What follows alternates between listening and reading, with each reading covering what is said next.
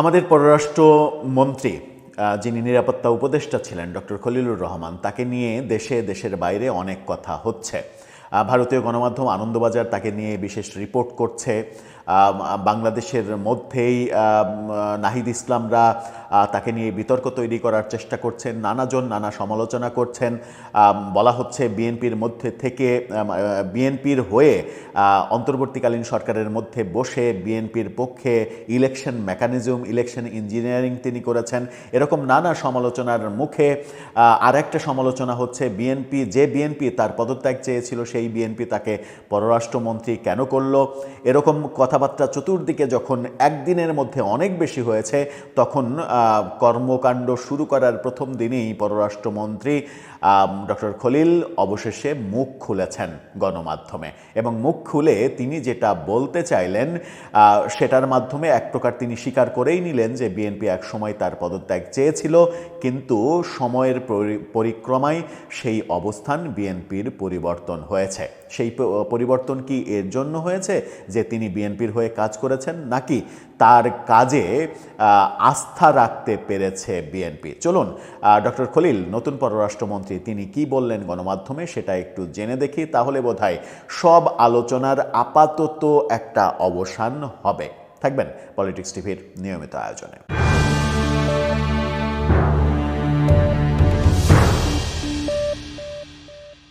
দর্শক, বলছিলাম পররাষ্ট্রমন্ত্রী ডক্টর খলিল তিনি গণমাধ্যমে মুখ খুলেছেন। গণমাধ্যমে তিনি যখন মুখ খুলেছেন তখন আমরা গণমাধ্যমে এই খবরটাও নিশ্চিত করেছি। ভারতীয় গণমাধ্যম আনন্দবাজারের নানা ধরনের সংশয় নিয়ে একটা বিশেষ প্রতিবেদন প্রকাশের পরেও আজকে ভারত থেকে বাংলাদেশের পররাষ্ট্রমন্ত্রীকে অভিনন্দন জানানো হয়েছে। এই খবর বাংলাদেশের গণমাধ্যমে নিশ্চিত করা হয়েছে। তার মানে বাংলাদেশের পররাষ্ট্রমন্ত্রী নিয়ে ভারতের আর কোনো সংশয় নেই।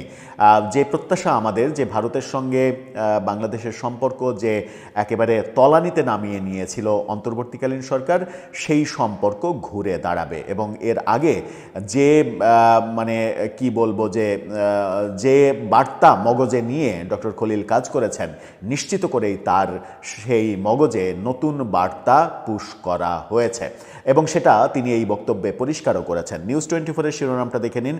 সেখানে বলা হচ্ছে, বিএনপি আগে আমার পদত্যাগ চাইলেও সময়ের সঙ্গে পরিস্থিতি বদলেছে। একেবারে সাদামাটাভাবে স্বীকার করেছেন যে বিএনপি তার পদত্যাগ চেয়েছিল। তিনি এই মন্তব্য করেছেন এবং সন্ধ্যায় রাষ্ট্রীয় অতিথি ভবন পদ্মায় নেপালের পররাষ্ট্রমন্ত্রী বালানন্দ শর্মার সঙ্গে বৈঠক শেষে সাংবাদিকদের সঙ্গে কথা বলার সময় এই মন্তব্য করেছেন। তিনি বলেছেন, জনগণের আকাঙ্ক্ষা পূরণ করে বাংলাদেশ আগে এমন পররাষ্ট্রনীতি নেবে সরকার। অর্থাৎ ওই তারেক রহমানের যে স্লোগান সবার আগে বাংলাদেশ, সেটাকেই তিনি বাংলাদেশ আগে বলছেন। রোহিঙ্গা প্রত্যাবর্ষণের চেষ্টা আরও বাড়বে বলে মন্তব্য তার। এছাড়া আরাকান আর্মি ও মিয়ানমার সরকারের সঙ্গে যোগাযোগ রাখছি বলেও তিনি বলেছেন। নিজের ইচ্ছায় মন্ত্রী হননি তিনি, একেবারে সাদা সিধেভাবে বলে দিয়েছেন তিনি নিজের ইচ্ছায় মন্ত্রী হননি। তাহলে কার ইচ্ছায় মন্ত্রী হলেন? তিনি বলছেন, ইলেকশন ইঞ্জিনিয়ারিংয়ের অভিযোগ যারা করছে তাদের আবার ভোট গণনা করার কথা জানিয়েছেন পররাষ্ট্রমন্ত্রী। অর্থাৎ তারা বলছেন, তিনি বলছেন যে প্রয়োজনে আবার ভোট গণনা করেন, সমস্যা কী? এ সময় তিনি বলেন, শহীদ রাষ্ট্রপতি জিয়াউর রহমানের আদর্শ মেনেই সাজানো হবে আসছে দিনের পররাষ্ট্র নীতি। সকল দেশের সাথে সুসম্পর্ক বজায় রাখলেও সবার আগে বাংলাদেশ ও বাংলাদেশের নাগরিকদের স্বার্থ দেখা হবে। এ সময় আরও উপস্থিত ছিলেন পররাষ্ট্র প্রতিমন্ত্রী শামা ওবায়েদ। তিনি বলেছেন, এ সরকারের ফরেন পলিসি জনগণের আকাঙ্ক্ষার ভিত্তিতেই হবে। গুরুত্বপূর্ণ এখানে মেসেজ দুইটা, সেটা হচ্ছে যে বিএনপি একসময় পদত্যাগ চাইলেও সময়ের পরিক্রমায় বিএনপির অবস্থান পাল্টেছে। এখন এই পাল্টেছে এই কারণে কি যে তিনি বিএনপির হয়ে কাজ করা শুরু করেছেন অন্তর্বর্তীকালীন সরকারে, সেটার কারণে, নাকি তিনি এমন কাজ করেছেন যে কাজের ওপরে বিএনপি আস্থা রাখতে পেরেছে, বিরোধিতা আর করেনি? আবার আরেকটা মেসেজ তিনি যেটা বলছেন যে নিজের ইচ্ছায় তিনি মন্ত্রী হননি।